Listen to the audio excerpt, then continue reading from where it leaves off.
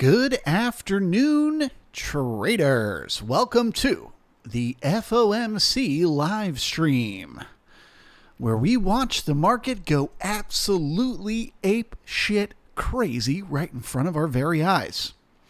Okay, so those notes are going to come out in 3 minutes. I'm going to do my best to kind of run through this really quickly before they do. My apologies if I'm still talking when the market starts to go berserk. But basically, the question that Coop has here is, I always try to trade these announcements in my sim, and I've never been successful. I can't figure out what the trick is to it. Is there one? Here's the answer. Are you ready for this? No. There is no trick. There is no system. There is no way to know what is going to happen or how to trade it. That is what makes the FOMC such a unique and special opportunity in the market.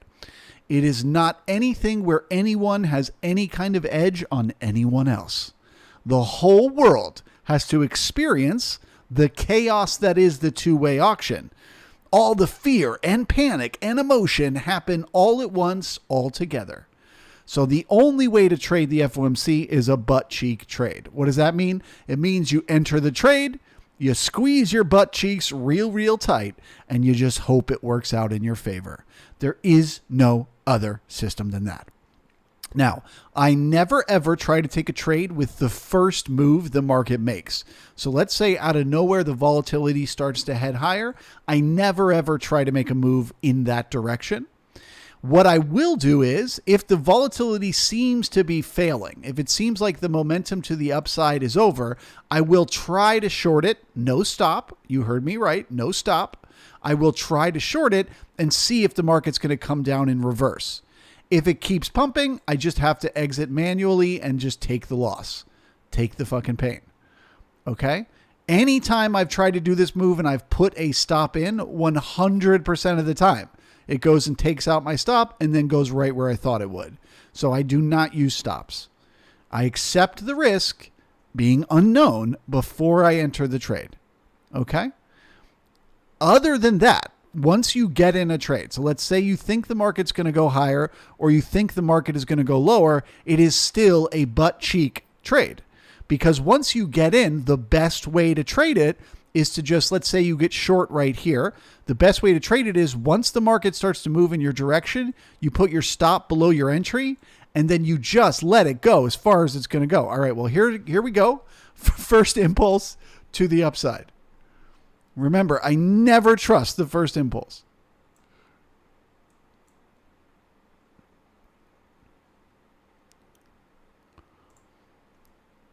So right now, the first thing that's happening is those bots are coming in. They're slowly reading the notes. They're digesting the information. And this is the competition between the two of them. The push-pull trying to figure out who's going to win.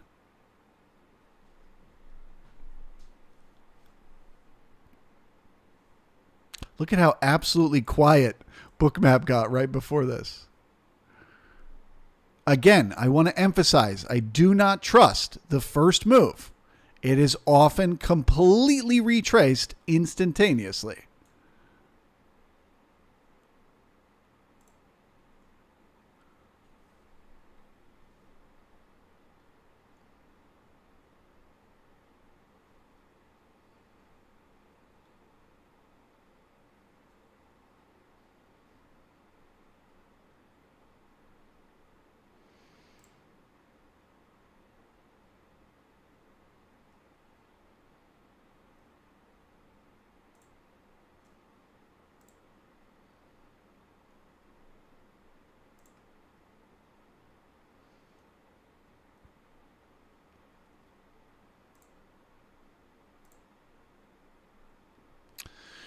All right, initial rate decision. They put it up 3 basis points, as expected. So the market got what it expected. Now let's see how it reacts. Is it upset or is it excited about getting what it expected?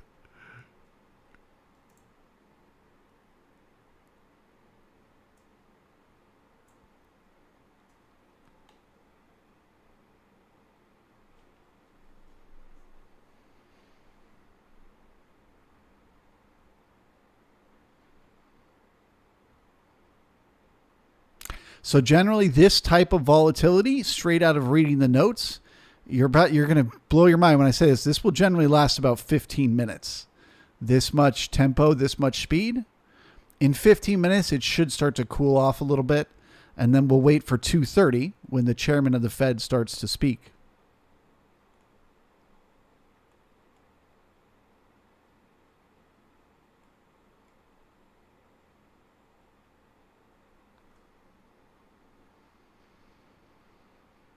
So this is an example of it starting to run out of momentum. So does a second wave of buyers come in and give us another push? Or do we start to pull back?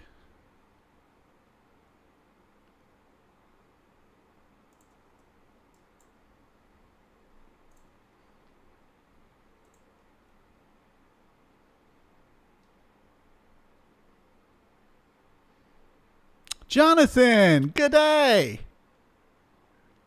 Good to read your comments again. Welcome.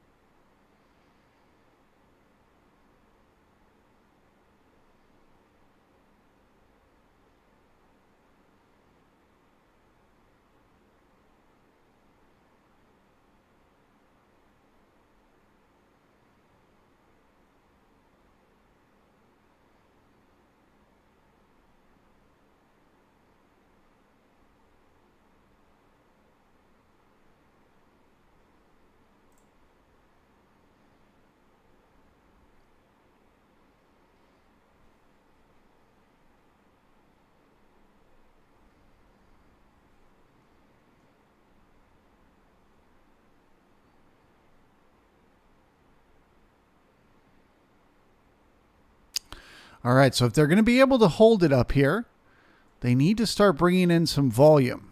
Don't look at the volume on the 30-minute, look at the volume on the day. It's still incredibly thin, the amount of volume that's trading up here. So they need to start to bring in some real volume if they want to get any more move higher. Otherwise, the higher probability is pulling back down and backfilling some of this thin volume. We got about another 10 minutes or so of this intense volatility before things generally start to die down.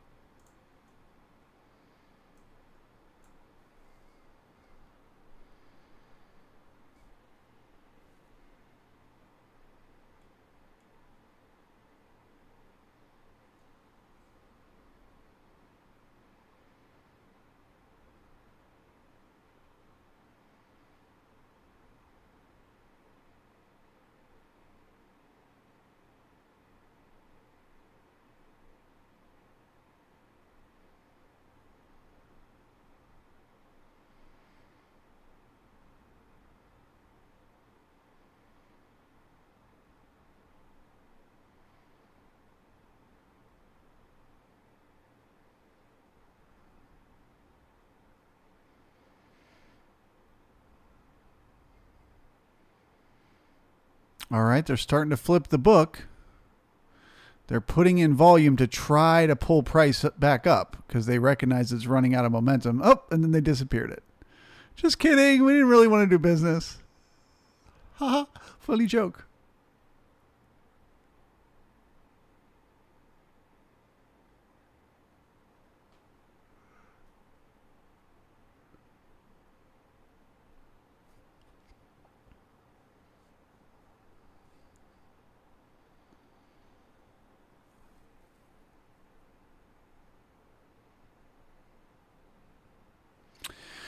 Chilling with Dylan, 3,900 being defended. No, nothing's being defended. This is just those bots. They all run on different programs, and they're just running through their programming right now. You got some bots that are arbitrage bots. You got some bots that are news bots. You got some bots that are, just a million different computers trading against each other in a fraction of a second. So I couldn't look at it from a like, are they trying to defend this level or whatever type of thing? It's just a like, I expect the momentum to continue for another 5 minutes or so. And until it's over, who knows? Anything could happen.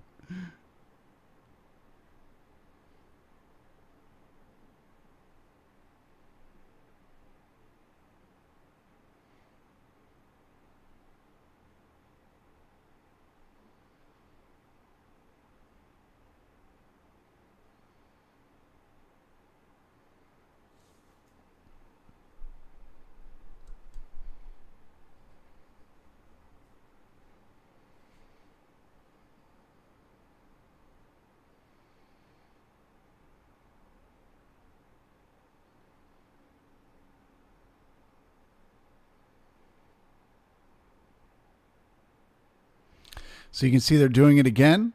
As soon as they see the market is starting to push away from this liquidity up here, they start to bring in more volume as a magnet to pull price to it. But watch, here we go. Watch what happens when it gets up there. I bet you all that volume disappears the second it gets up there.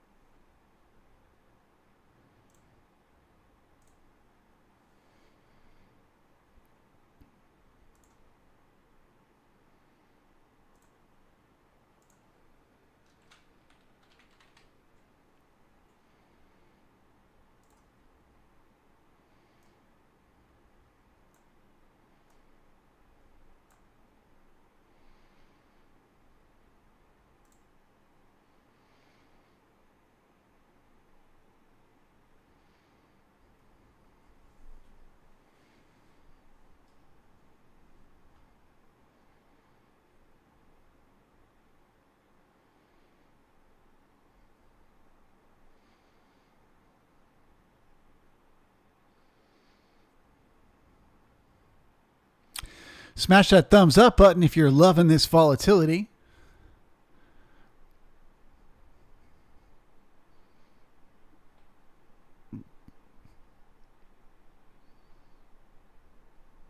Smash that thumbs up if you're like, I've been waiting all freaking day for this.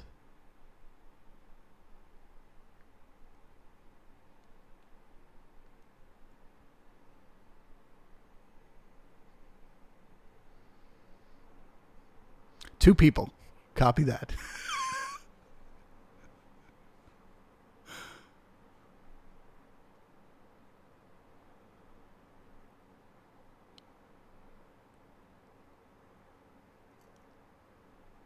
Oh, there must be a delay in the stream.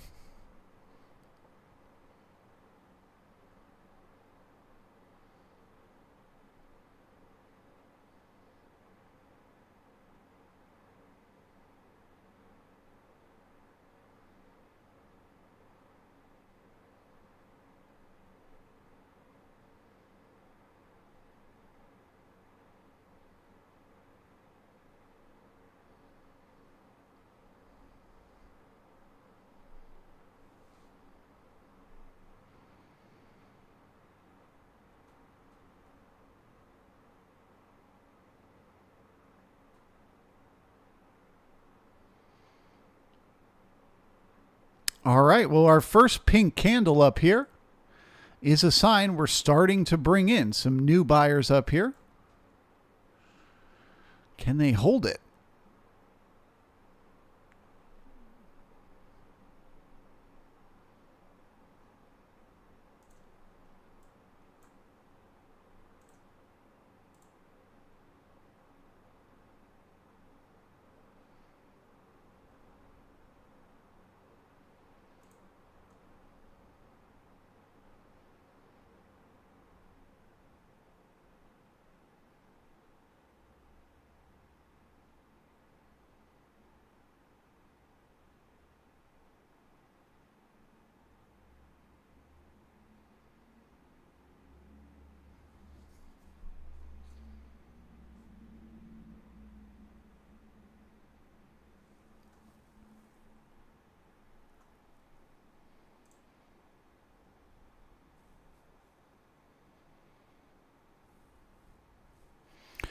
Okay, so 15 minutes after the notes come out is generally when the market starts to kind of slow down a little bit and just kind of put around, waiting for the Fed chair to start speaking at 2:30. So things may start to quiet a little bit here.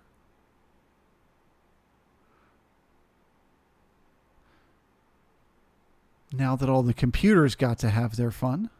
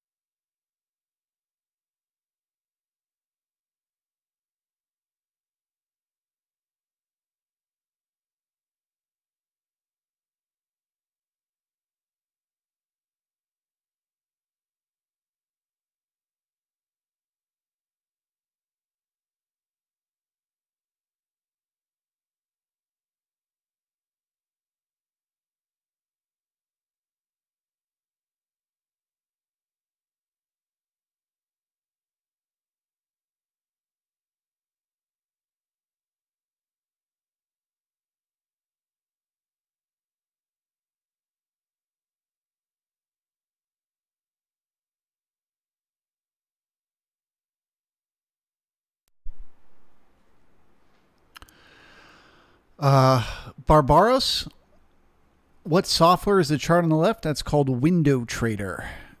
It is a market profile software. The market profile software lets you look at the market in 3 dimensions, which gives you a little bit of an edge.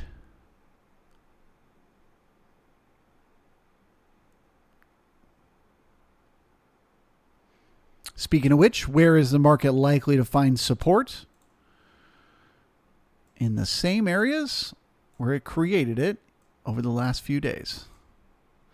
So we're looking for support at the halfback, 38.66, and then the node of volume right here. It's at about the A period high, 38.60.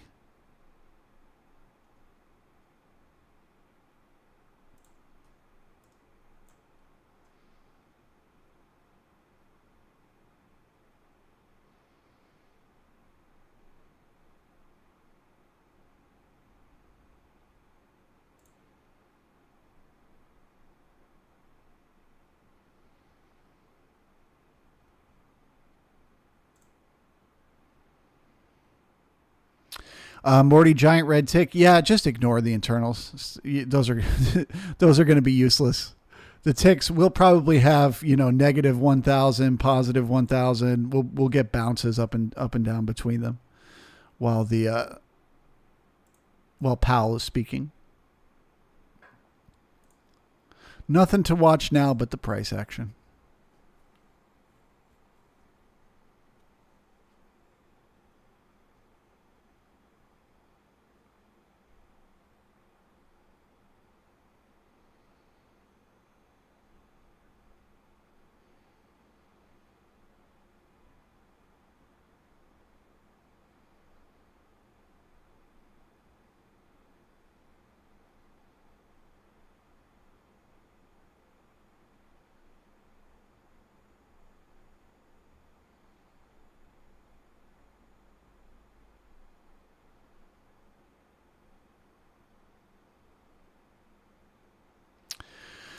Invictus, what does your wisdom tell you about the 839 level with the value area low and the I and J period right there together?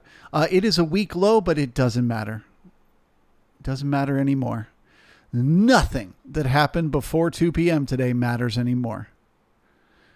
The market just got new information. Everything has changed. The only thing in play now is how the market reacts to this news.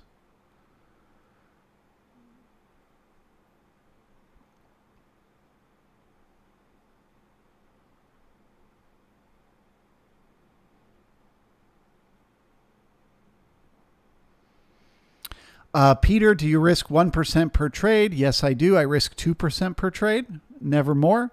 This is the one exception. Literally, FOMC days is the one time I will just enter a trade without knowing my risk. Because you can't. Like I said, I've tried playing these things every way under the sun. As soon as you put a stop, you get stopped out. You just can't do it. So you pucker your butt and you just hope for the best. Or you step aside and let the market do its thing.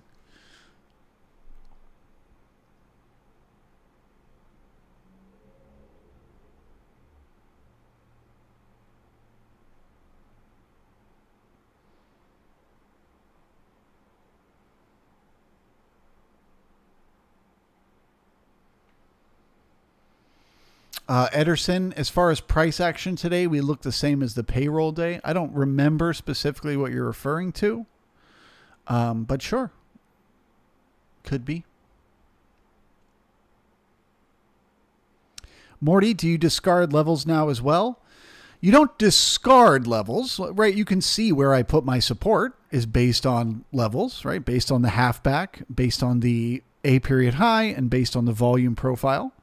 So you don't discard them, but you just don't worry about the previous references. So what he's basically saying is like, oh, we left a weak low down here. Do we need to come back and repair that? No, we left that weak low before we got all this new information. So now all that matters is the reaction to the new information. But of course, levels are always relevant. People got to put their orders somewhere.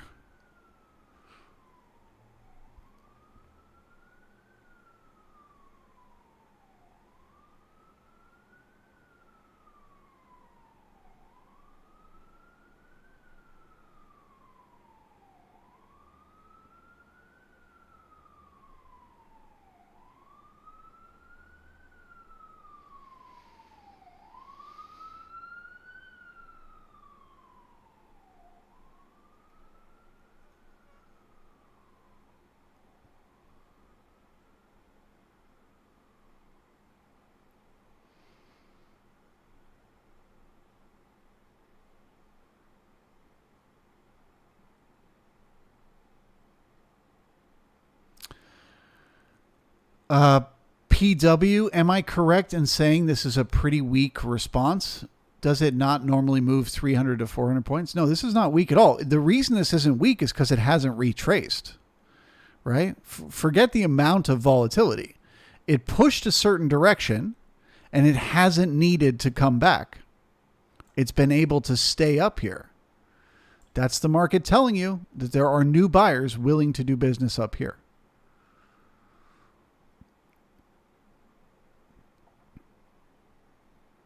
But again, you guys are really you're searching for an understanding when there is none. Okay?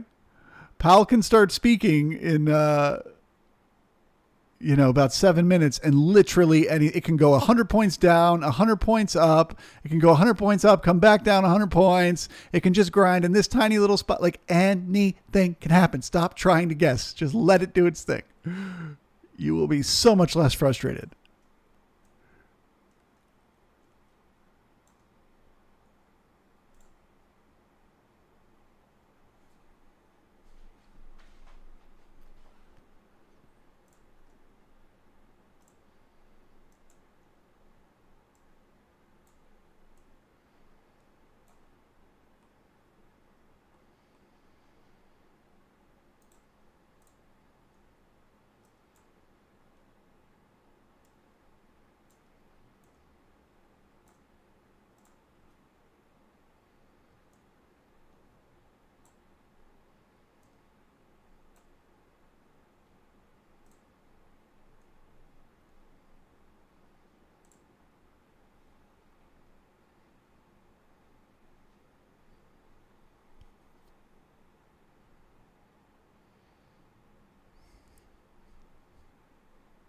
Fat Thor, so you're saying buy?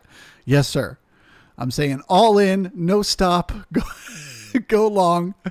There's no way that Chairman Powell could surprise anyone when he starts speaking.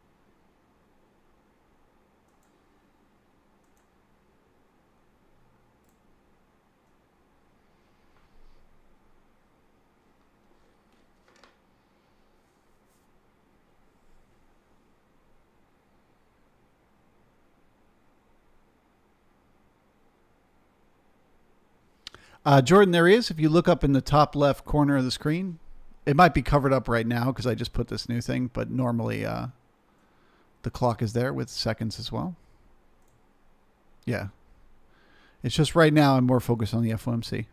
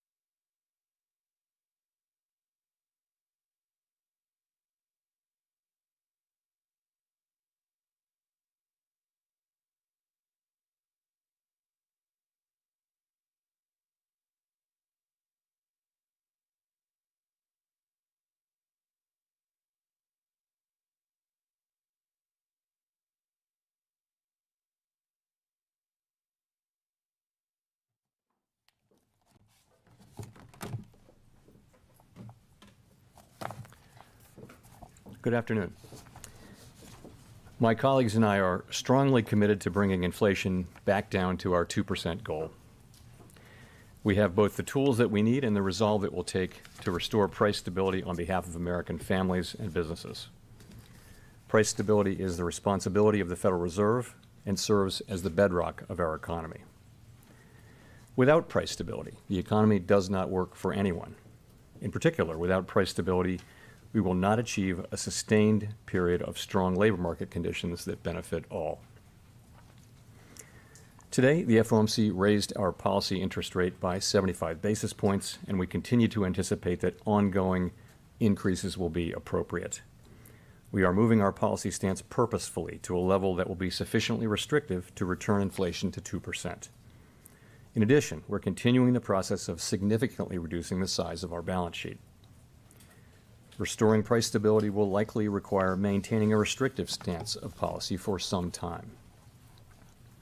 I will have more to say about today's monetary policy actions after briefly reviewing economic developments.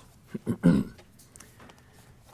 U.S. economy has slowed significantly from last year's rapid pace.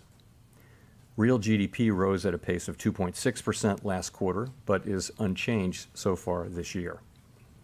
Recent indicators point to modest growth of spending and production this quarter. Growth in consumer spending has slowed from last year's rapid pace, in part reflecting lower real disposable income and tighter financial conditions. Activity in the housing sector has weakened significantly, largely reflecting higher mortgage rates. Higher interest rates and slower output growth also appear to be weighing on business fixed investment. Despite the slowdown in growth, the labor market remains extremely tight, with the unemployment rate at a 50-year low, job vacancies still very high, and wage growth elevated. Job gains have been robust, with employment rising by an average of 289,000 jobs per month over August and September.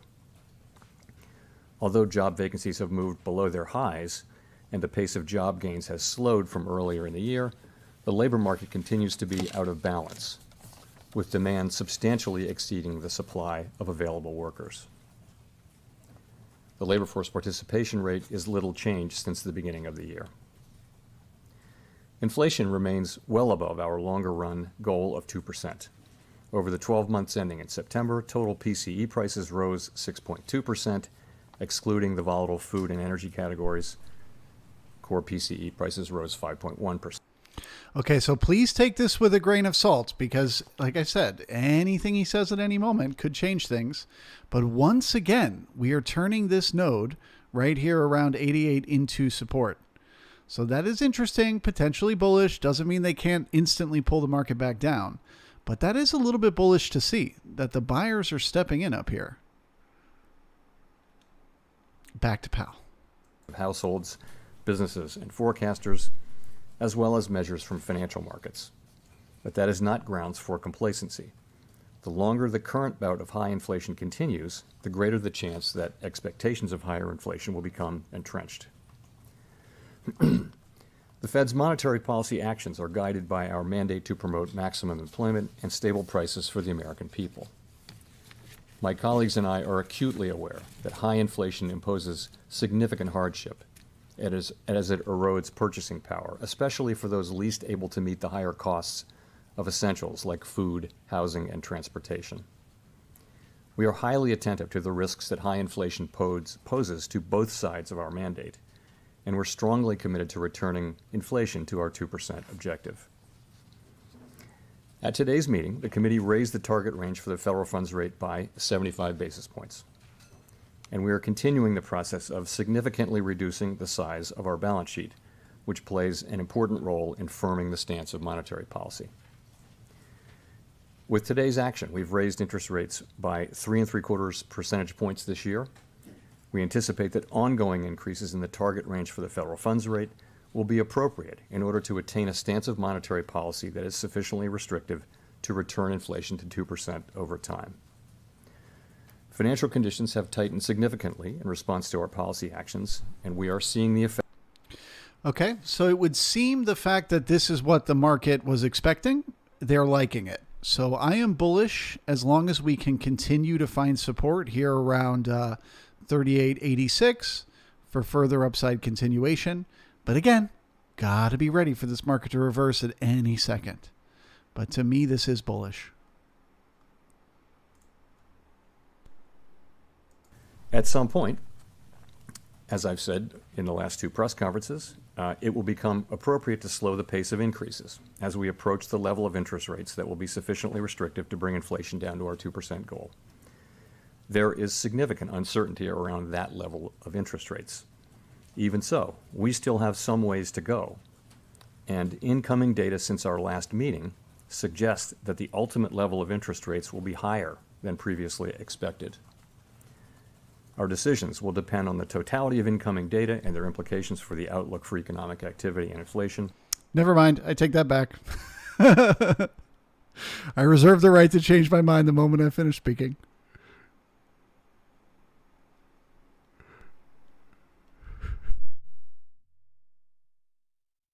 Inflation back down to our 2% goal and to keep longer-term inflation expectations well anchored. Reducing inflation is likely to require a sustained period of below-trend growth and some softening of labor market conditions. Restoring price stability is essential to set the stage for achieving maximum employment and stable prices in the longer run. The historical record cautions strongly against prematurely loosening policy. We will stay the course until the job is done. To conclude, we understand that our actions affect communities, families, and businesses across the country. Everything we do is in service to our public mission. We at the Fed will do everything we can to achieve our maximum employment and price stability goals. Thank you, and I look forward to your questions. Thank you, Colby. Thank you. Colby Smith with the Financial Times. On the need to slow the pace of rate increases at some point, is a downshift contingent on a string of better inflation data specifically between now and, let's say, the December meeting? Or is that something that the Fed could potentially proceed with independent of that data, given the lagged effects that you mentioned? So a couple things on that. We do need to see inflation coming down decisively, and good evidence of that would be a series of down monthly readings. Of course, that's what we'd all love to see, but I've never thought of that as the appropriate test for slowing the pace of increases or for identifying the appropriately restrictive level that we're aiming for. We need to bring our policy stance down to a level that's sufficiently restrictive to bring inflation down to our 2% objective over the medium term. How will we know that we've reached that level? Well, we'll take into account the full range of analysis and data that bear on that question, guided by our assessment of how much financial conditions have tightened, the effects that tightening is actually having on the real economy and on inflation, taking into consideration lags, as I mentioned. We will be looking at real rates, for example, all across the yield curve and all other financial conditions, and as we make that assessment. Hi, Howard Schneider with Reuters. Look, I'm sure there's going to be tons of confusion out there about whether this means you're going to slow in December or not. Would you say that the bias right now is not for another 75 basis point increase? So what I want to do is put that question of pace in the context of our broader tightening program, if I may, and talk about the statement language along the way. So I think you can think about our tightening program as really addressing three questions. The first of which was, and has been, how fast to go. The second is how high to raise our policy rate. And the third will be eventually how long to remain at a restrictive level. So on the first question, how fast to tighten policy, it's been very important that we move expeditiously, and we have clearly done so. We've moved 3.75% since March, admittedly from a base of 0. It's a historically fast pace, and that's certainly appropriate given the persistence and strength in inflation and the low level from which we started.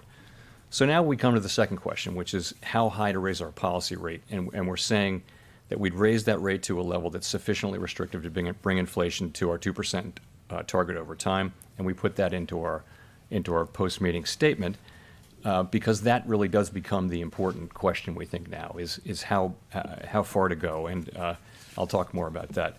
We think there's some ground to cover but before we meet that test, and that's why we say that ongoing rate increases will be appropriate. And as I mentioned, incoming data between the meetings, both the strong labor market report, but particularly the CPI report, do suggest to me that we may ultimately move to higher levels than we thought at the time of the September meeting. That level is very uncertain, though, and I would say, we're going to find it over time. Of course, with the lags between policy and economic activity, there's a lot of uncertainty. So we note that in determining the pace of future increases, we'll take into account the cumulative tightening of monetary policy as well as the lags with which monetary policy affects economic activity and inflation. So I would say as we come closer to that level, move more into restrictive territory, the question of speed becomes less important than the second and third questions. And that's why I've said at the last two press conferences that at some point it will become appropriate to slow the pace of increases. So that time is coming, and it may come as soon as the next meeting or the one after that. No decision has been made. It is likely we'll have a discussion about this at the next meeting, a discussion. To be clear, let me say again, the question of when to moderate the pace of increases is now much less important than the question of how high to raise rates and how long to keep monetary policy restricted, which really will be our principal focus. If I could follow up on that, to what degree was there an importance or weight given to a need to signal this possibility now, given all the concerns really around the globe about Fed policy sort of driving ahead and everybody else, dealing with their own stress as a result? Well, I think I'm pleased that we have moved as fast as we have. I don't think we've over-tightened. I think there's very difficult to make a case that our current level is too tight, given that inflation still runs well above the federal funds rate. So I think that at this meeting, the last two meetings, as I've mentioned, I've said that there would come a point, and this was a meeting at which we had a discussion about what that might mean, and we did discuss this, and as I mentioned, we'll discuss it again in December. But there's I don't have any sense that we've over-tightened or moved too fast. I think it's been good and a successful program. That we've gotten this far this fast. Remember, though, that we still think there's a need for ongoing rate increases, and we have some ground left to cover here, and cover it we will. Nick?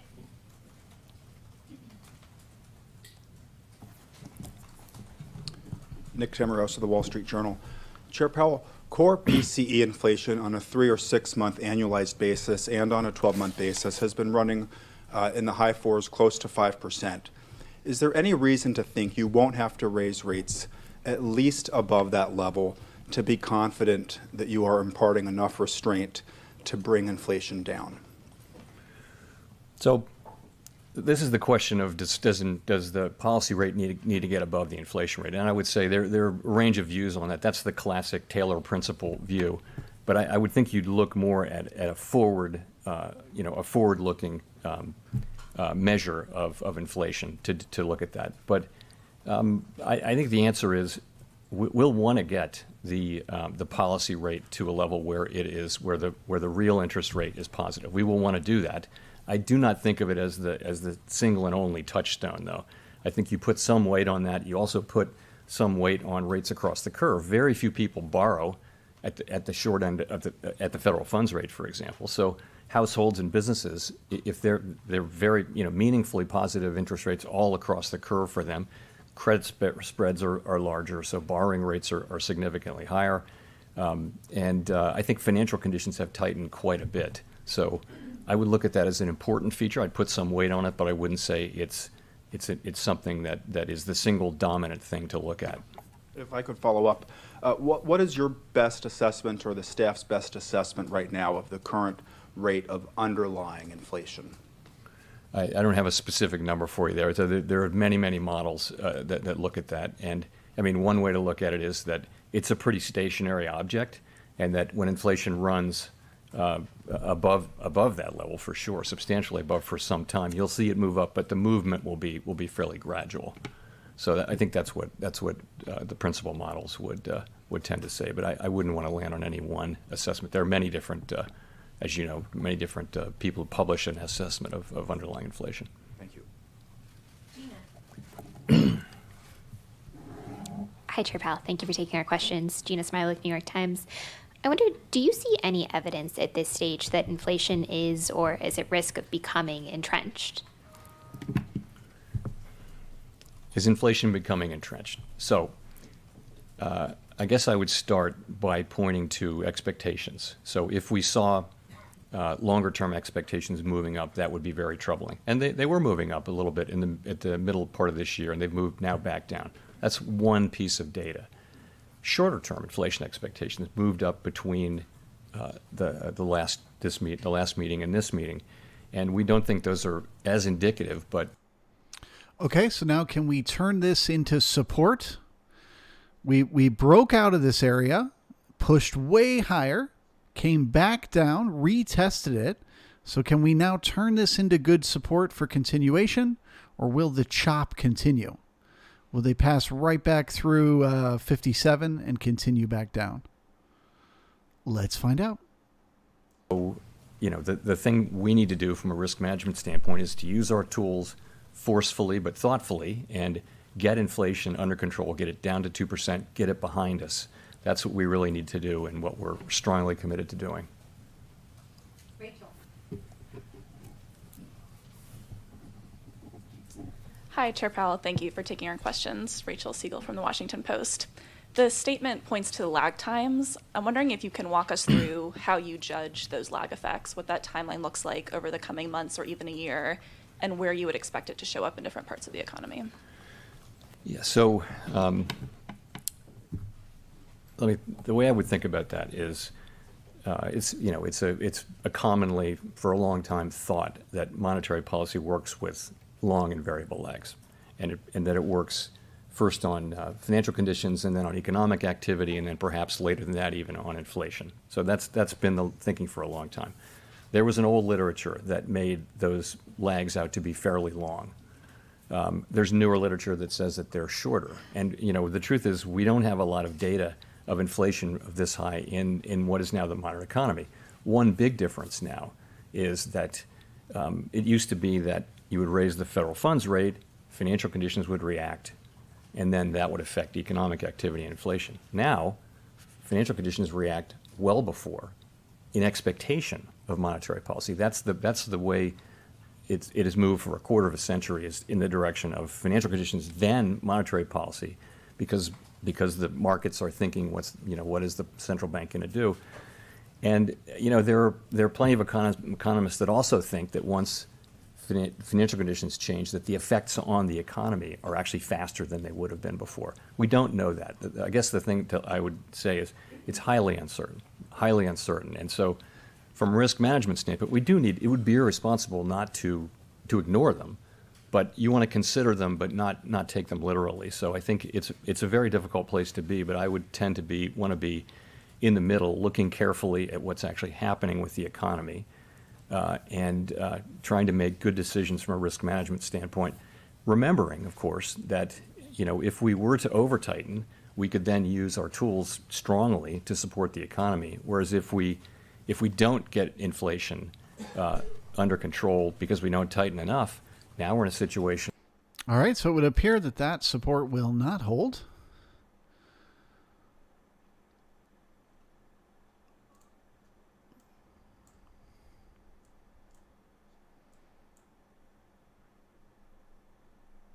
In my mind, that increases the odds we may need to test these weak references at 38.39. Of course, no way to know, but just in my mind, it feels like the market's not ready to go higher.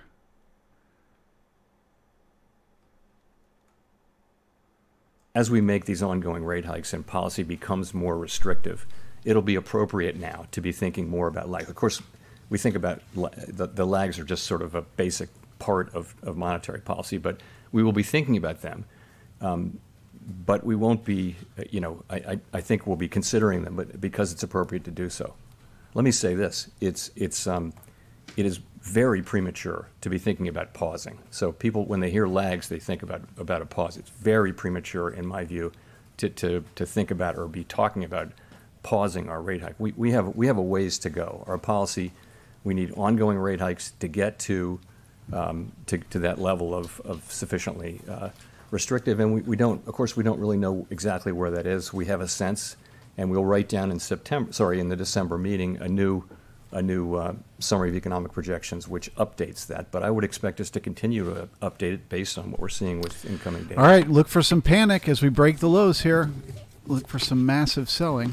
Thanks, Chair Powell. Neil Irwin with Axios. As you look around the economy, the clearest impact of your tightening so far has been on housing, maybe some venture-funded tech companies. It's been relatively narrow in terms of labor market, consumer demand, a lot of sectors you don't see a ton of effect. Is the pathway and channels through which monetary policy works changing? Is it narrower than it used to be? And on housing in particular, are you at all worried that you're crimping housing supply in ways that might cause problems down the road? I don't know that the channels through which policy works have changed that much. I would say a big channel is the labor market, and the labor market is just very, very strong, very strong. And households, of course, have strong balance sheets. And so we go into this with a strong labor market and excess demand in the labor market, as you can see through many different things, and also with households who have strong spending power built up. So it may take time. It may take resolve. It may take patience. It's likely to get inflation down. I think you see from our forecasts and others that it will take some time for inflation to come down. It'll take time, we think. Sorry, was I getting to your question there? Housing, the housing part of it. Yeah, so, we look at housing. Of course, housing is significantly affected by these higher rates, which are really back where they were before the global financial crisis. They're not historically high, but they're much higher than they've been. And you're seeing housing activity decline. You're seeing housing prices growing at a faster rate, and in some parts of the country declining. I would say the housing market was very overheated for the couple of years after the pandemic as demand increased and rates were low. We all know the stories of how overheated the housing market was, prices going up, many, many bidders, no conditions, that kind of thing. So the housing market needs to get back into a balance between supply and demand. We're well aware of what's going on there. From a financial stability standpoint, we didn't see in this cycle the kinds of poor credit underwriting that we saw before the global financial crisis. Housing credit was very much more carefully managed by the lenders. So it's a very different situation and doesn't appear to present financial stability issues. But no, we do understand that's really where a very big effect of our policies is. Victoria. Hi, Victoria Guida with Politico. I wanted to ask about the labor market. You mentioned early on again that job openings are very high compared to available workers, and I'm just curious to what extent you do and don't draw a signal from that. So, for example, if wage growth is slowing and if maybe the unemployment rate starts to tick up, will that make you sort of decrease your focus on job openings? What do you see? Are wages what's really important? How are you thinking about the labor market as it relates to inflation? So we talk a lot about vacancies and the vacancy to unemployed rate, but it's just one. It's just another data series. It's been unusually important in this cycle because it's been so out of line. But so has quits, so have wages. So we look at a very wide range of data on the labor market. So I'd start with unemployment, which is typically the single statistic you would look to, is at a 50-year low, 3.5%. We're getting really nothing in labor supply now. We had, I think, a very small increase this year, which we had really thought we would get that back. Most analysts thought we would get some labor supply coming in. You mentioned wages, so I guess I would characterize that as sort of a mixed picture. It's true with average hourly earnings you see, so I would call it a flattening out at a level that's well above the level that would be consistent over time with 2% inflation, assuming a reasonable productivity. There with the ECI reading this week, again, a mixed picture. The headline number was a disappointment. Let's just say it was high. It didn't show a decline. There's some rays of light inside, that if you look at private sector workers, that did come down. The compensation did come down. But overall, though, the broader picture is of an overheated labor market where demand substantially exceeds supply.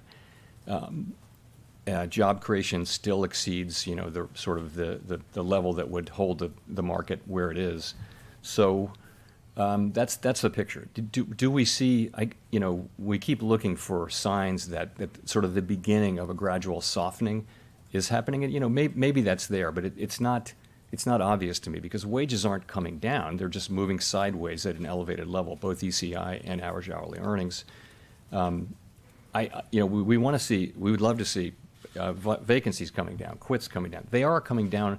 Vacancies are below their all-time high, but not by as much as we thought because, the data series is volatile. We never take any one reading. We always look at, 2 or 3. So it's a mixed picture. I don't see the case for real softening just yet, but we look at, as I just showed you, we look at a very broad range of data on the labor market. So do you see wages as being a significant driver of inflation? I think wages have an effect on inflation, and inflation has an effect on wages. I think that's always been the case. There's always a going back and forth. The question is that really elevated right now? I don't think so. I don't think wages are the principal story of why prices are going up. I don't think that. I also don't think that we see a wage price spiral. But again, it's not something you can, once you see it, you're in trouble. So we don't want to see it. We want wages to go up. We just want them to go up at a level that's sustainable and consistent with 2% inflation. And we do think that given the data that we have, that this labor market can soften without having to soften as much as history would indicate through the unemployment channel. It can soften through job openings declining. We think there's room for that, but we won't know that. That'll be discovered empirically.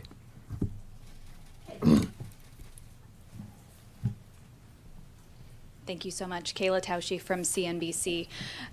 Earlier last month, the United Nations warned that there could be a global recession if central banks didn't change course. The new UK Prime Minister warned of a profound economic crisis there.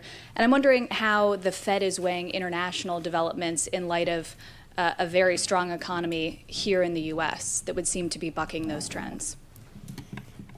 So, of course, we keep close tabs on economic developments and also geopolitical developments that are relevant to the economy abroad. We're in very frequent contact with our foreign counterparts, both through the IMF meetings and the regular meetings with central banks that we have, and I have one this weekend with many central bankers. So we're in touch with all of that. So I guess it's clearly a difficult time in the global economy. We're seeing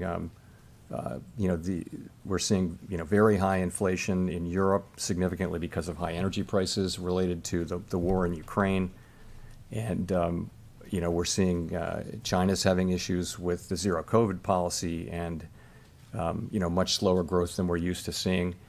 So we see those difficulties. The strong dollar is a challenge for some countries, but we have it, and we take all of that into account in our models. We think about the spillovers and that sort of thing. Here in the United States, we have a strong economy, and we have an economy where inflation is running at 5%. Core PCE inflation, which is a really good indicator of what's going on for us, is the way we see it, is running at 5.1% on a 12-month basis and sort of similar to that on a 3, 6, and 9-month basis. So we know that we need to use our tools to get inflation under control. The world's not going to be better off if we fail to do that. That's a task we need to do.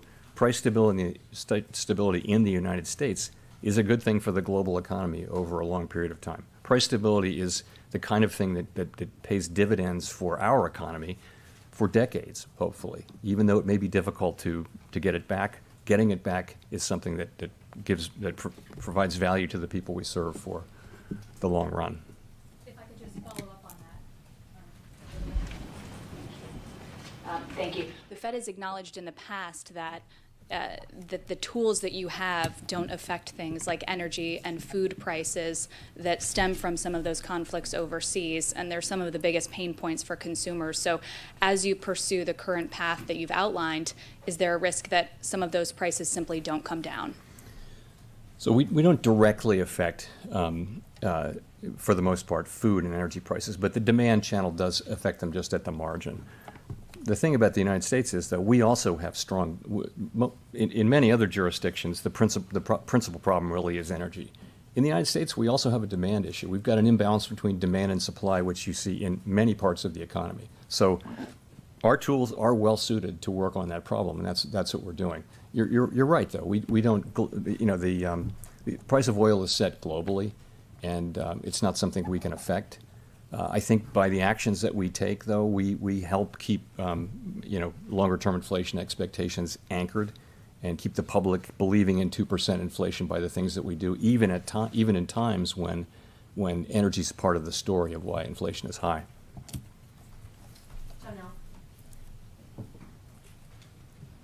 Hi, Chair Powell. Janelle Marte with Bloomberg. So the Fed is facing two more ethics-related incidents with the revision of the financial statements from President Bostic and President Bullard speaking at a closed event. So some senators, like Elizabeth Warren, are saying that this is a sign of greater ethics problems at the Fed. Could you talk about what this does to the public's trust in the bank and what the Fed is doing to prevent this kind of behavior from becoming common? Sure. So you're right. The public's trust is really the Fed's and any central bank's most important asset. And anytime one of the policymakers violates or falls short of those rules, we do risk undermining that trust, and we take that very seriously. We do. So at the beginning of our meeting yesterday, actually, we had a committee discussion of the full committee on the importance of holding ourselves individually and collectively accountable for knowing and following the high standard that's set out in our existing rules with respect to both personal investment activities and external communications. And we've taken a number of steps, and I would just say we do understand how important those issues are. I would say that our new investment program that we have is up now and running, and actually it was through that the problems with President Bostic's disclosures were discovered when he filed his new disclosures. That's, we now have a central group here at the Board of Governors that looks into disclosures and follows them and approves people's disclosures, and also all of their trades. Any trade anyone has to make who's covered has to be pre-approved. And there's a lag. It has to be pre-approved 45 days before it happens, so there's no ability to game market. So it's a really good system. It worked here. And I think we all said to each other yesterday morning, we recommitted to each other and to this institution to hold ourselves to the highest standards and avoid these problems. Do you have an update on the investigations that are pending? I don't. So, as you know, I referred the matter concerning President Bostic to the Inspector General. And once that happens, I don't discuss it with the Inspector General or with anybody. It's just the Inspector General has the ability to do investigations. We don't really have that. So that's what he's doing.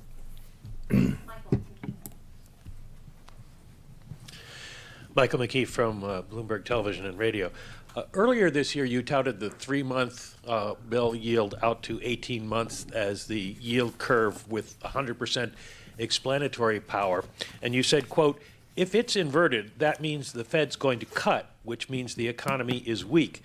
That curve is only 2 basis points away from inversion now. So I'm wondering why you are so confident that you have not over-tightened, particularly given that rates work with a lag. Well, so we do monitor the near-term forward spread. You're right, and that's been our preferred measure. We think it, just empirically, it dominates the ones that people tend to look at, which is 2s, 10s, and things like that. So it's not inverted. And also, you have to look at why why the rate curve is doing what it's doing. It can be doing that because it expects cuts, or because it expects inflation to come down. In this case, if you're in a situation where the markets are pricing in significant declines in inflation, that's going to affect the forward curve. So yes, we monitor it. You're right, and that's what I would say. If I could follow up. You also said several meetings ago that the risk of doing too little outweighed the risk of doing too much. Is what you're trying to tell us today is that risk assessment has changed a little bit? Well, what's happened is time has passed and we've raised interest rates by 375 basis points. I would not change a word in that statement, though. I think until we get inflation down, you'll be hearing that from me. Again, if we over-tighten, and we don't want to, we want to get this exactly right, but if we over-tighten, then we have the ability with our tools, which are powerful, to, as we showed at the beginning of the pandemic episode, we can support economic activity strongly if that happens, if that's necessary. On the other hand, if you make the mistake in the other direction and you let this drag on, then it's a year or two down the road and you're realizing inflation behaving the way it can, you're realizing that you didn't actually get it, you have to go back in. By then, the risk really is that it has become entrenched in people's thinking, and the record is that the employment costs, the cost to the people that we don't want to hurt, they go up with the passage of time. That's really how I look at it. So that isn't going to change. What has changed, though, you're right, is we're farther along now, and I think as we're farther along, we're now focused on that. What's the level we need to get to rates, and I don't know what we'll do when we get there. By the way, we'll have to see. There's been no decision or discussion around exactly what steps we would take at that point, but the first thing is to find your way there. Thanks, Chris. Thank you. Chris Rugaber at Associated Press. Just to go back to housing for a minute, you mentioned the impact that rate increases have had on housing. Home sales are down 25% in the past year and so forth, but none of this is really showing up, as you know, in the government's inflation measures. And as we go forward, private real-time data is clearly showing these hits to housing. Are you going to need to put a greater weight on that in order to ascertain things like whether there's over-tightening going on? Or will you still focus as much on the more lagging government indicators? So this is an interesting subject. So I start by saying, I guess, that the measure that's in the CPI and the PCE, it captures rents for all tenants, not just new leases. And that makes sense, actually, because for that reason, that conceptually, that's sort of the right target for monetary policy. And the same thing is true for owner's equivalent rent, which comes off of it's a reweighting of tenant rents. The private measures are of course good at picking up the at the margin the new leases, and they tell you a couple things. One thing is I think right now, if you look at the pattern of that series of the new leases, it's very pro-cyclical. So rents went up much more than the CPI and PCE rents did, and now they're coming down faster. So the implication is that there are still, as non-new leases roll over and become and expire, right? There's still in the pipeline, there's still some significant rate increases coming, okay? But at some point, once you get through that, the new leases are going to tell you that what they're telling you is there will come a point at which rent inflation will start to come down. But that point is well out from where we are now. So we're well aware of that, of course, and we look at it. And but I would say that in terms of what the right way to think about inflation really is to look at the measure that we do look at, but considering that we also know that at some point you'll see rents coming down. Great. And just a quick follow. It looks like stock and bond markets are reacting positively to your announcement so far. Is that something you wanted to see? Is that a problem, or how that might affect your future policy to see this positive reaction? We're not targeting any one or two particular things. Our message should be, what I'm trying to do is make sure that our message is clear, which is that we think we have a ways to go. We have some ground to cover with interest rates before we get to that level of interest rates that we think is sufficiently restrictive. And putting that in the statement and identifying that as a goal is an important step. And that's meant to put that question really as the important one now going forward. I've also said that we think that the level of rates that we estimated in September, the incoming data suggests that that's actually going to be higher, and that's been the pattern. I mean, I would have little confidence that the forecast if we made a forecast today, if we were doing an SEP today, the pattern has been that one after another they go up, and that'll end when it ends. But there's no sense that that inflation is coming down. It just, if you look at I have a table of the last 12 months of 12-month readings, and there's really no pattern there. We're exactly where we were a year ago. So, okay. So I would also say it's premature to discuss pausing, and it's not something that we're thinking about. That's really not a conversation to be had now. We have a ways to go. And the last thing I'll say is that I would want people to understand our commitment to getting this done, and to not making the mistake of not doing enough, or the mistake of withdrawing our strong policy and doing that too soon. So I control those messages, and that's my job. Edward Lawrence with Fox Business. Thank you, Fed Chairman. So how big of a headwind is all the fiscal spending to what the Federal Reserve is trying to do to get inflation back to the 2% target? In theory, it was a headwind this year, but I do think the broader context is that you have households that have these significant amounts of savings and can keep spending. So I think those two things do tend to sort of counterbalance each other out. It appears consumer spending is still positive. It's at pretty modest growth levels. It's not shrinking, people are, the banks that deal with retail customers and many retailers will tell you that the consumers are still buying, and they're still they're fine. So I don't know how big the fiscal headwinds are, and they haven't shown up in the way that we thought they would in restraining spending. So it must have to do with the savings that people have. What about the spending? There's tens of billions yet to be spent. I mean, from the Inflation Reduction Act, the American Rescue Plan, CHIPS Act, bipartisan infrastructure bill.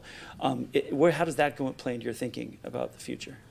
It's demand is going to have some support from those savings, and also from the strong demand that's still in the labor market. We still see pretty significant demand and a tightening labor market in some respects, although I think overall I would say it's not really tightening or loosening.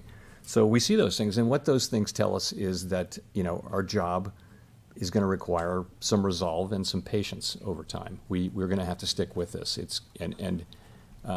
That's just we take all that as a given, but we know what our objective is, and we know what our tools can do, and that's how we think about it.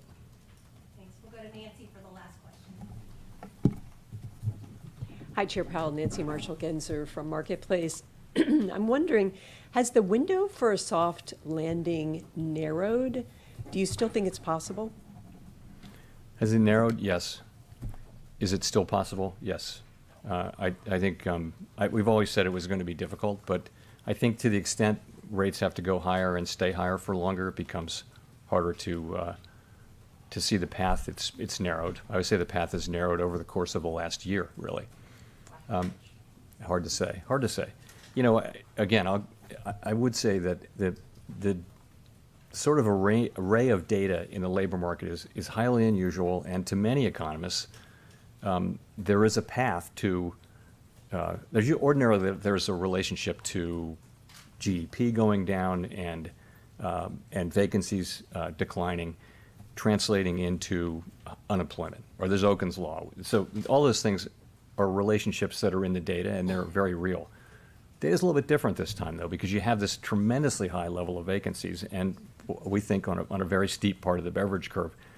All I would say is that the job losses may turn out to be less than would be indicated by those traditional measures because job openings are so elevated and because the labor market is so strong. Again, that's going to be something we discover empirically. I think no one knows whether there's going to be a recession or not, and if so, how bad that recession would be. And our job is to restore price stability so that we can have a strong labor market that benefits all over time, and that's what we're going to do. But just real quickly, why do you feel like the window has narrowed? Because we haven't seen inflation coming down.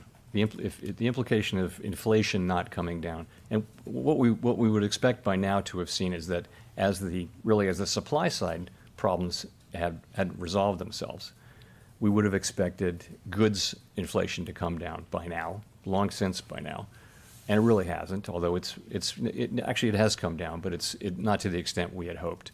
At the same time, now you see services inflation, core services inflation moving up, and I just think that the inflation picture has become more and more challenging over the course of this year, without question. That means that we have to have policy be more restrictive, and that narrows the path to a soft landing, I would say. Thanks very much.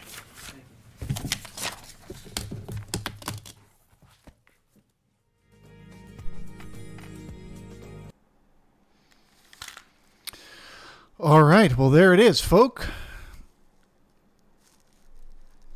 Exactly what everyone expected. Nothing unusual there.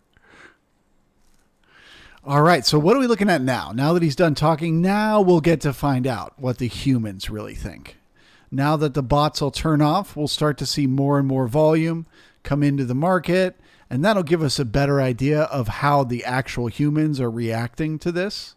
If we're going to find support and rotate back up to the POC, I suspect we'll do it here. I don't think we'll make a new low first. If the L period does dip below the K period low, which would technically be a spike lower, that to me would be bearish. It would be a sign that they want to continue the momentum lower. But what seems like a higher probability in my mind is support and a rotation back up to the POC. So let's see how this plays out. I will just say, man, the more time I spend looking at Bookmap, the more I love this software. I mean, it's just like the whole time I was watching a trade, I could tell it was just all stops getting taken out. The numbers were so exact. I mean, if you look at the move up, this was the big, like, this was literally the moment, like, right here where I was like, hey, this is bullish. Like, maybe they're going to keep going to the upside. And then instantly, at that exact moment, once they started to bring in those bulls that I saw getting in, they pulled the market down to wipe out 16,000 contracts in literally less than 1 minute of time. Who do you think were holding those 16,000 contracts? Right? That was us. That was retail that was holding those 16, looking for that breakout. So once they washed them all out of the market, it was the same BS again. Just start rotating sideways, stop them out short, stop them out long, stop them out short, stop them out long, and the game just continues. So Bookmap really made me recognize while the market was trading during FOMC that it was not bigger players taking positions. It was not retail taking a position. It was just the bots eating up the stops and literally nothing else. So anyway, now we'll get a better indication of how people are actually reacting to the news. Do we get support or not?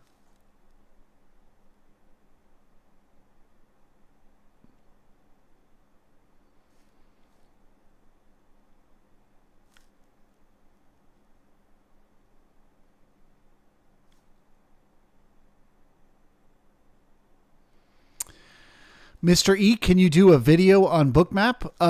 No, I mean, there's a ton of them. Just go to the Bookmap YouTube page. They literally put out content every single day, and they're much more knowledgeable on it than me. So if you want to learn Bookmap, I would suggest learning it from the Bookmap experts. But I'm the guy to go to for market profile.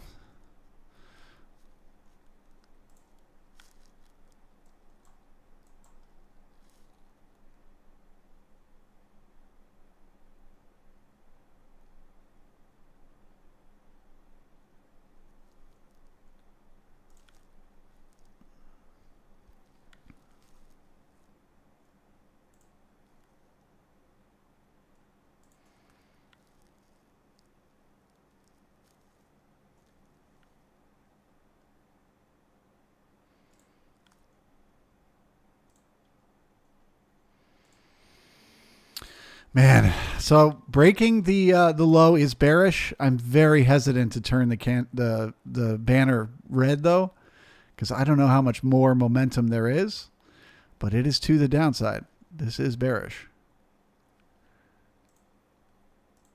This is new sellers who are not happy with what the Fed has just decided.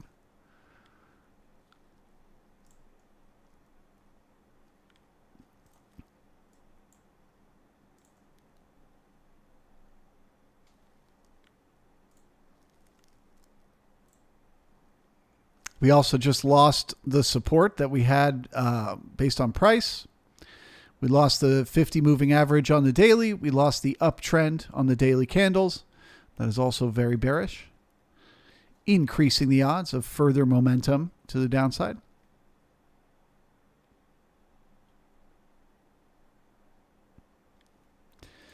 As the old saying goes, if we didn't have the buyers here, we likely have to look to a lower price level to see if we can find them there.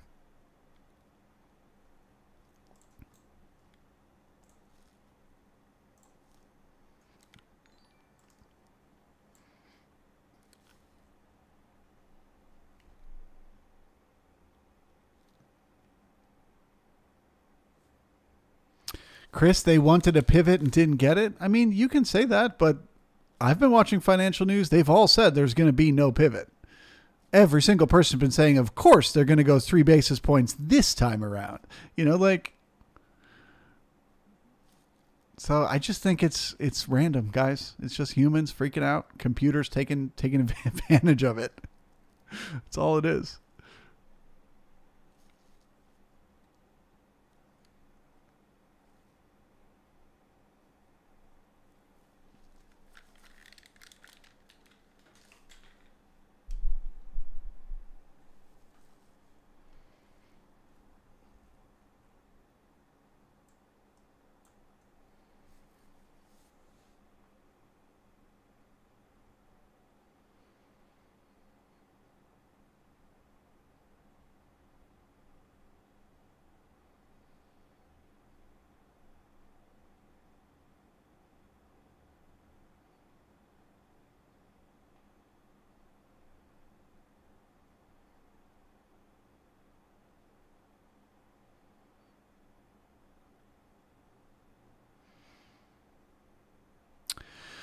Okay, so the first target to the downside is 37.9950, which is a previous volume point of control.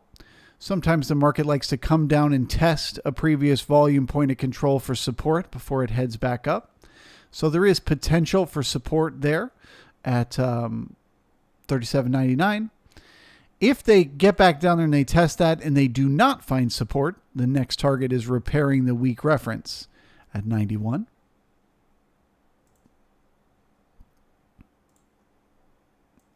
New sellers are piling on.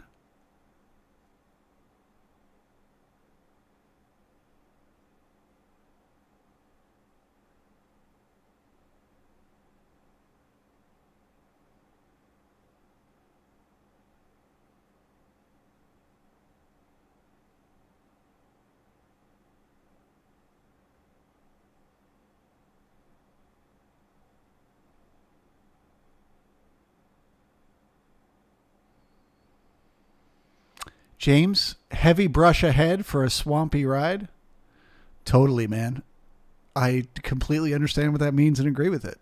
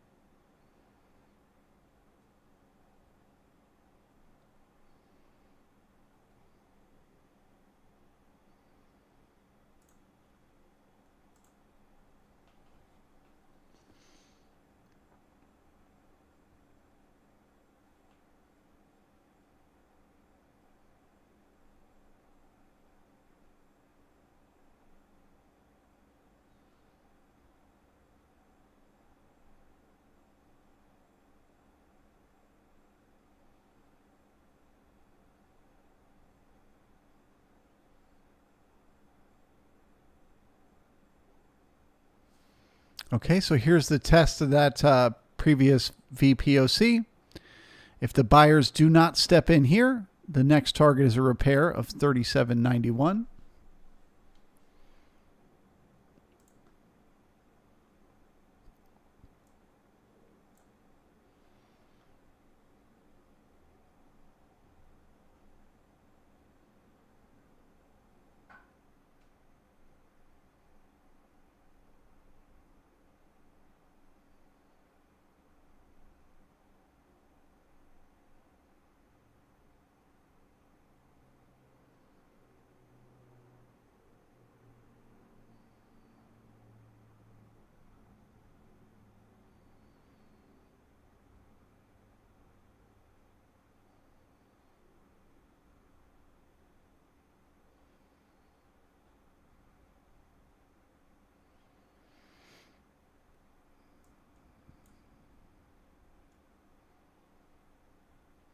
The low remains weak.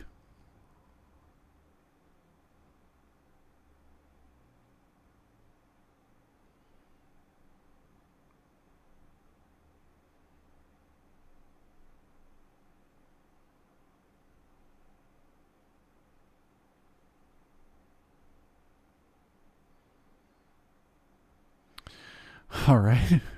Repairing the first weak reference increases the odds. If we don't find support, we'll repair the next, which we just tested but have not repaired at 37.8750. We have ourselves a spike down.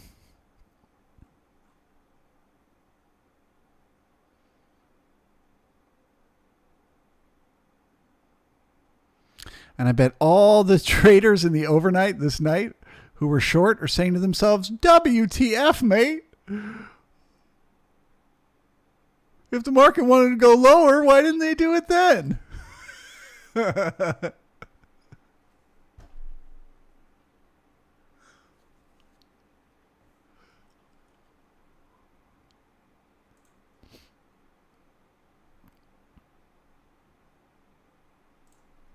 Also, just stepping back, looking at it zoomed out like this, this also seems bearish to me as a breakout of balance.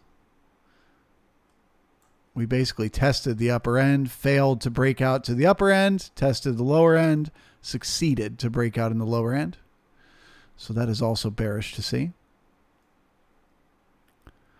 More liquidation. Ooh, the fear and the panic.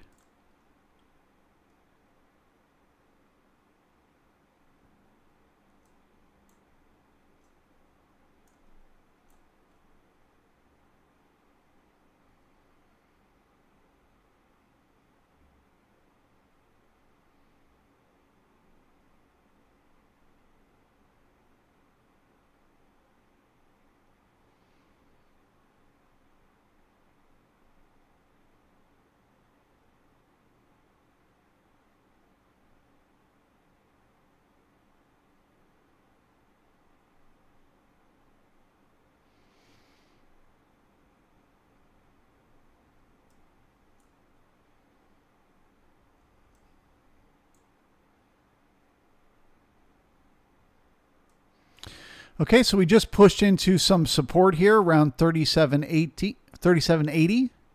Can that hold?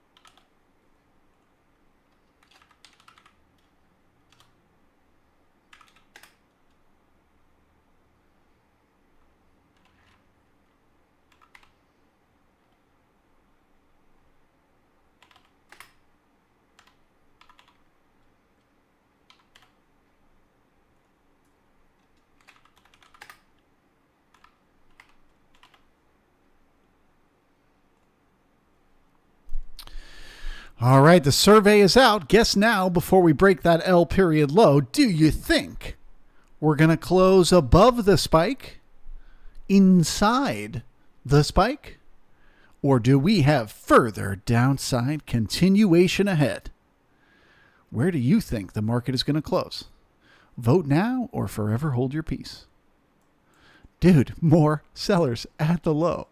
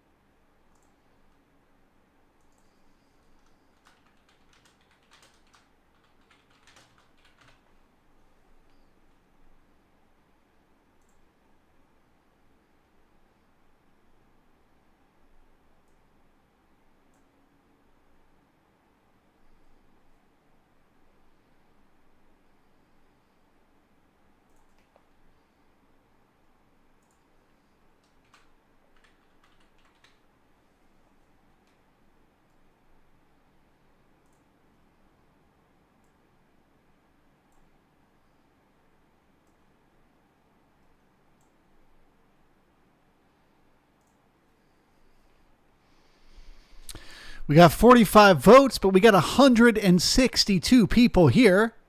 Don't be chicken. Just vote. Where do you think the market's going to close? Nobody will know it was you. It's going to be completely anonymous. We just want to know. What does the group think? Up, down, or sideways?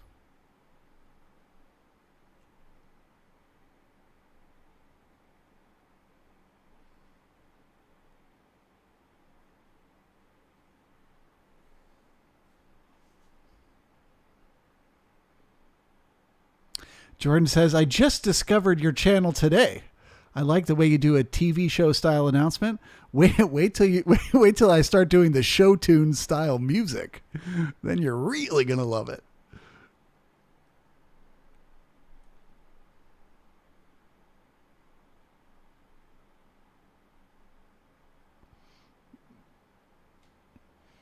All right, there's the repair of the poor low. Let's close on out the survey and find out what the results are.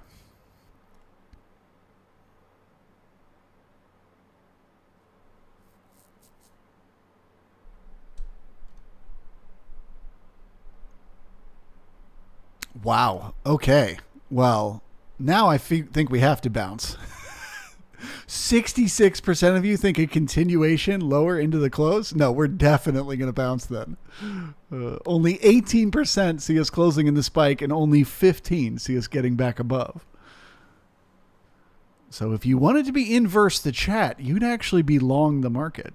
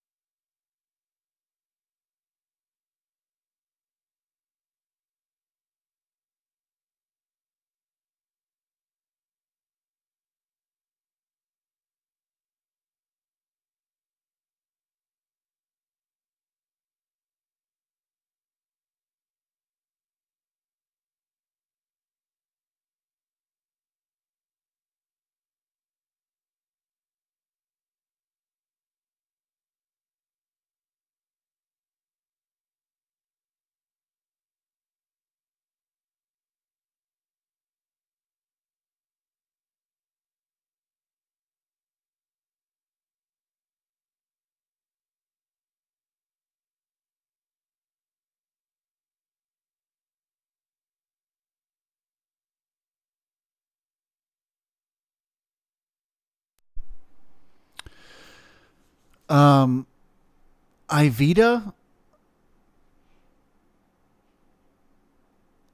I'm 5K in loss, so I will put another now and go long. I do not recommend that. You may get a retracement to, get back up to the base of the spike, but doing it like that, having lost money on the market the way down and then trying to buy for the way back up, that's what we call revenge trading. What your brain is doing is you're feeling the pain from the loss, and your subconscious is desperately trying to find a way to make that pain stop. And so it's coming up with solutions. It's saying to your conscious brain, jump in a trade, go long now. We can make back the money we just lost, and then this pain will go away.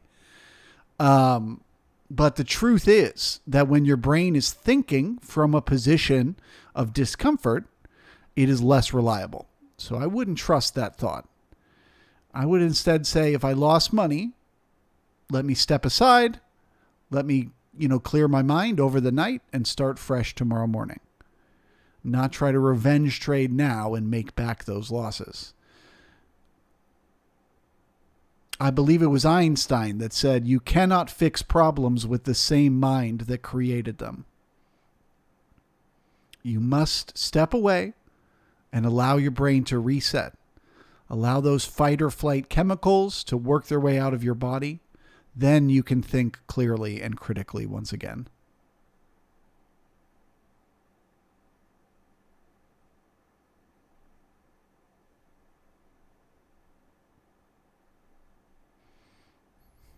Michael, looks like the market found a floor right after the poll. The poll is why the market found the floor. If more than half of you think we're closing lower, it's not going to happen.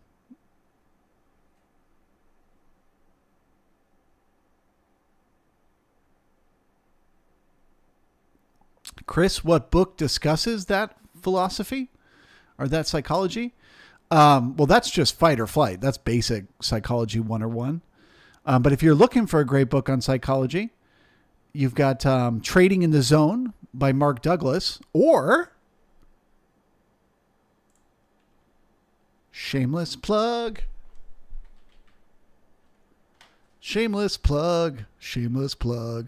or we have a book club at the end of the month on the 26th, and we're going to be discussing The Mental Game of Trading, which is also another book specifically about the psychology of trading.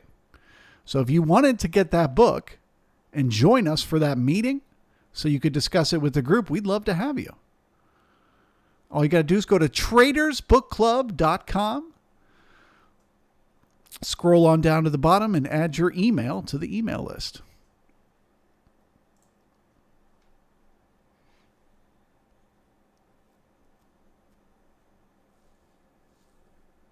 But yes, Trading in the Zone is pretty good.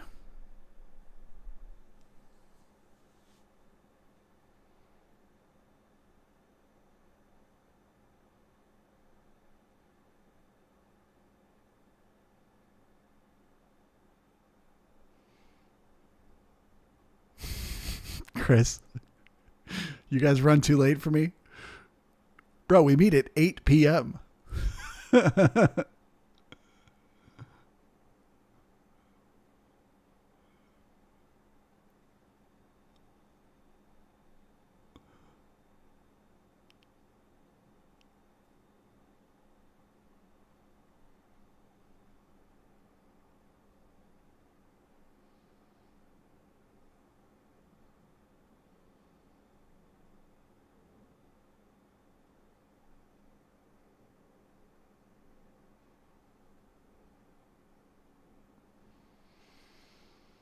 Chris, I'm 5 hours ahead. Okay, fair enough.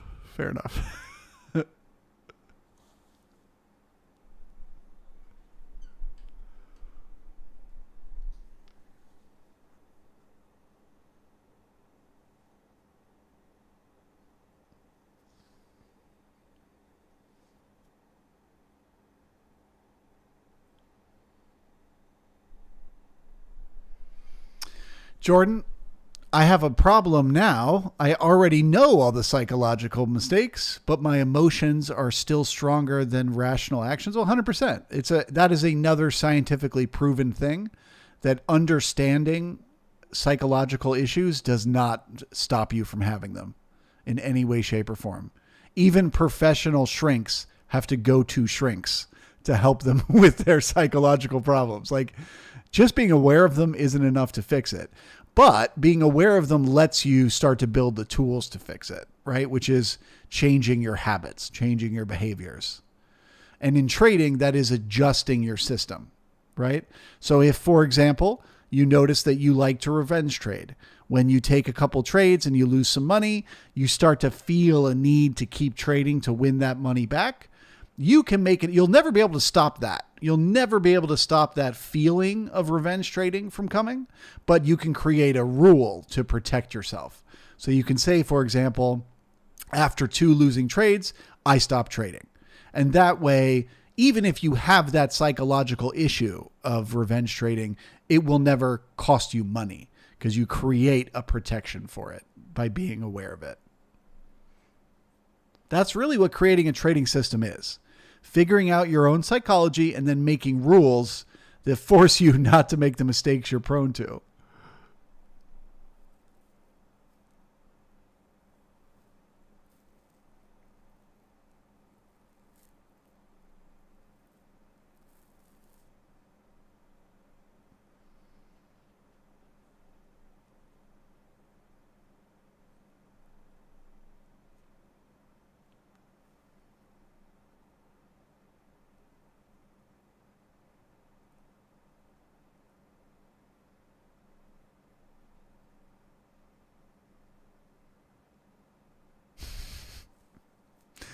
Mr. E, you're playing with fire. You call him and he will come.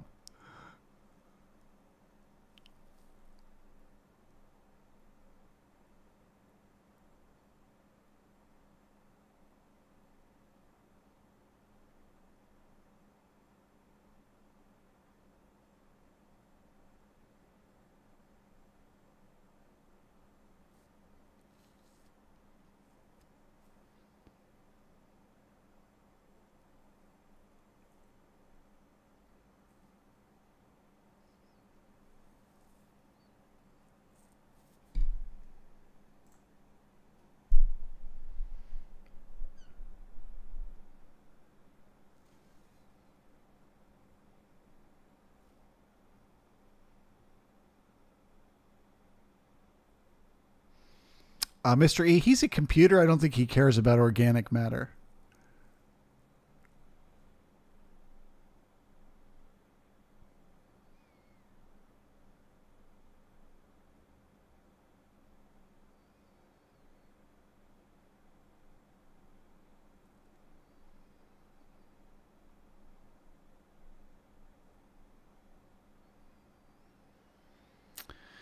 Scooball, we will get a liquidation before him. I don't think so. I feel like everyone that was going to get squeezed today has been. But of course, it's not impossible.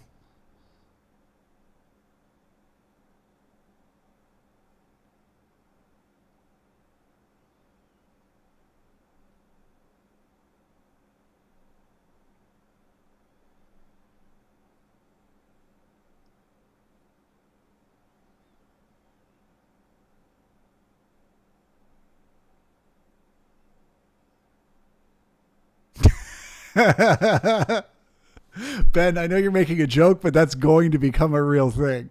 Okay? Once artificial intelligence starts to get built into all of our devices, people are going to start to treat them like they're human. They're going to start to say that they have rights. Just wait for it. Whenever you can get a dog, when you can get a robot dog that's just as real as a real dog, people will think robots have rights. Mark my words. Once the sex robots are so sophisticated, people will think robots should have rights.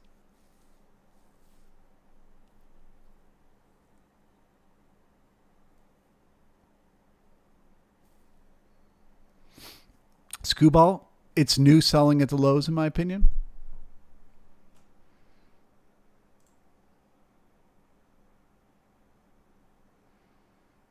Could be. I don't think so, though.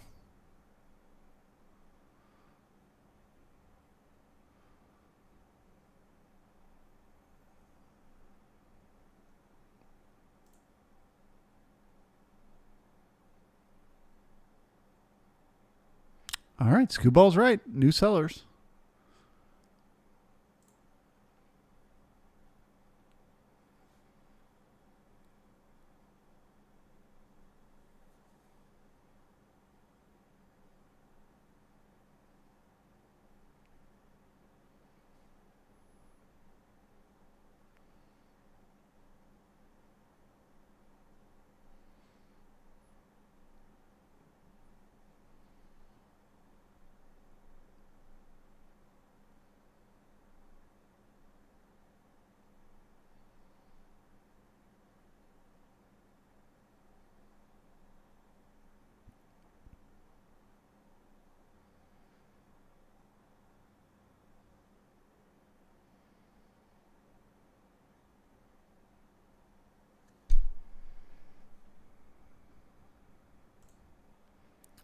One insight we may have, this is just kind of a guess as to whether or not we'll get a real murder bot today or not, is if the volume disappears.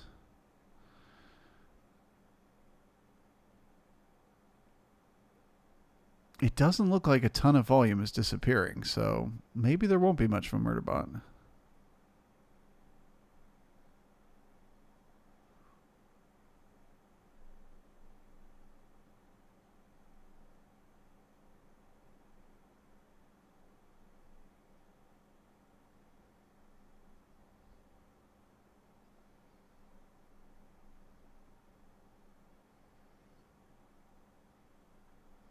Michael, they already have that. It's called a pressure cooker, bro. You just throw everything in and push a button and it does all the work.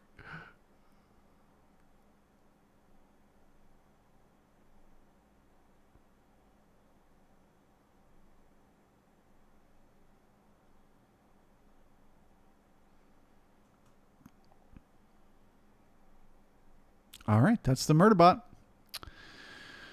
Let's see what we get.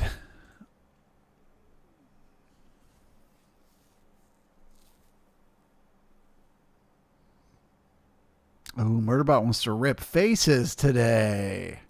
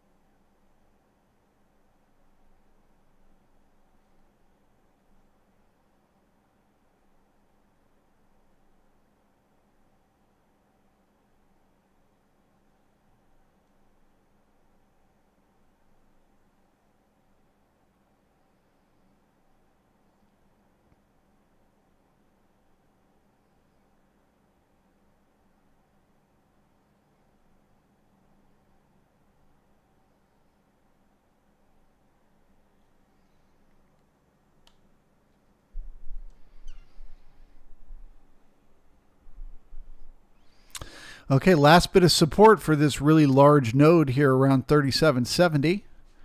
If that breaks, there's not much to hold up the market beneath there.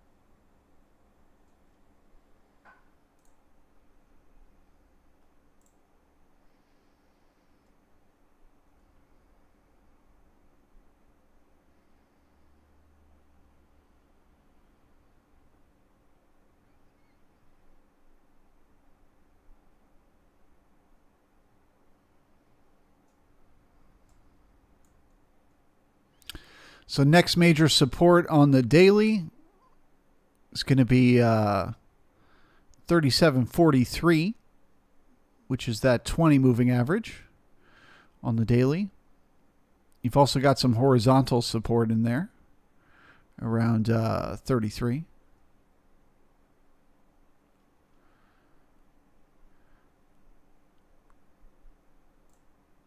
No doubt about it. This is bearish.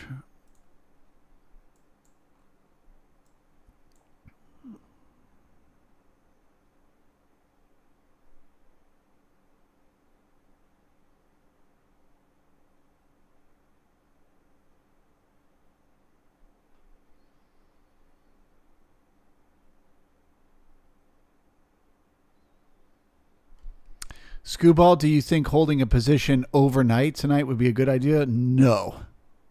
No, I do not. Not at all. I think the chance that the overnight just kind of rotates around in the spike makes perfect sense.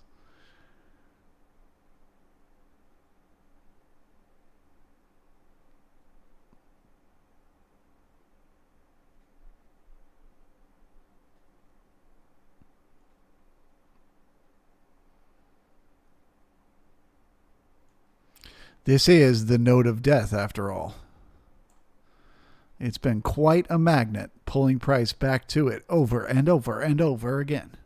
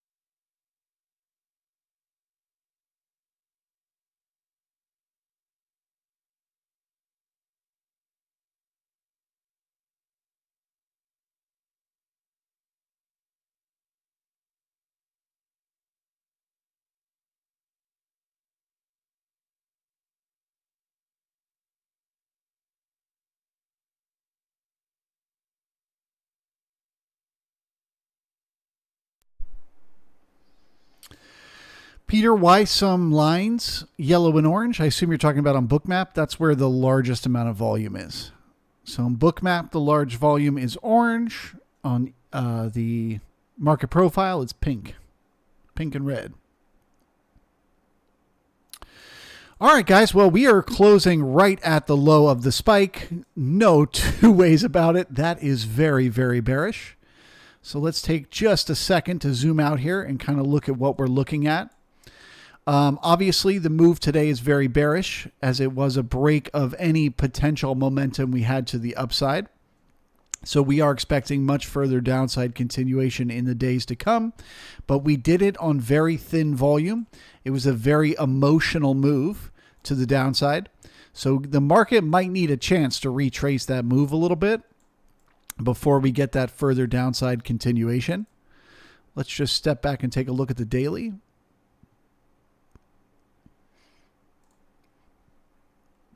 So yeah, as I said, very, very bearish. You know, there was a potential that this could have been a giant bottoming formation for the market in here.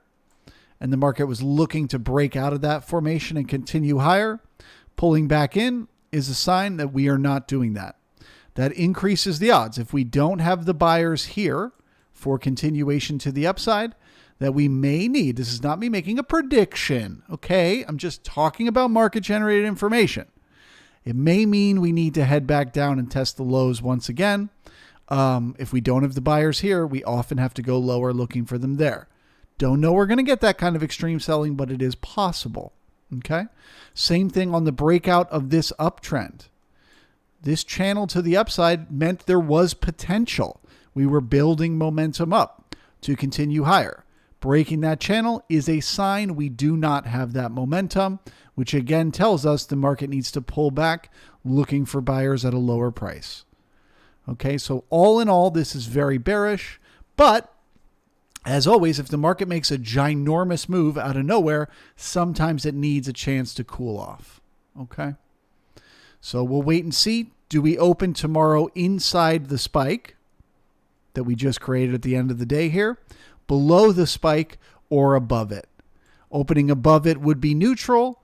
Opening inside it would be bearish. And opening below it with a gap down tomorrow would be very, very bearish. So let's wait and see what the market has in store. Thank you guys so very much, and I look forward to seeing you here tomorrow morning. Have a great rest of your day.